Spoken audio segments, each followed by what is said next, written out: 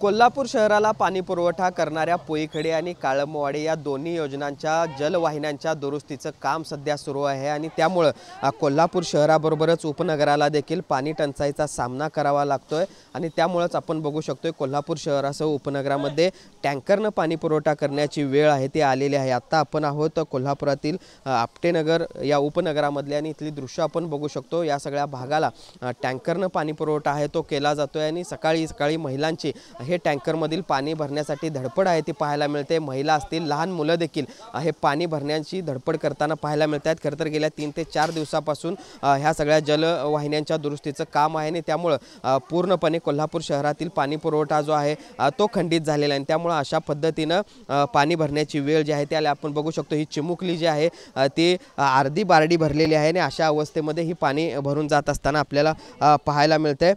खरं तर पुढचे 2 ते 3 दिवस हे सगळं काम चालणार आहे आणि त्यामुळे कोल्हापूरकरांना अशाच पद्धतीने पाणी टंचाईचा सामना करावा लागणार आहे। लोकांना त्रास होऊ नये यासाठी महापालिकेने जवळपास 20 टँकरची सुविधा शहरासह उपनगरासाठी केलेली आहे। मात्र हे प्रमाण अत्यल्प आहे आणि त्यामुळेच नागरिकांना अशा पद्धतीने पाणी भरण्यासाठी धडपड आहे ती करावी लागत असल्याचं चित्र आपल्याला पाहायला मिळते।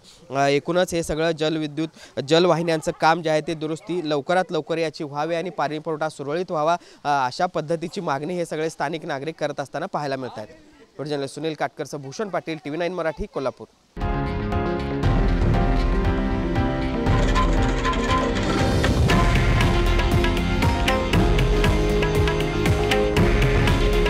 हे आहे देशातील नंबर 1 न्यूज नेटवर्क आणि आपण पाहत आहात TV9 मराठी।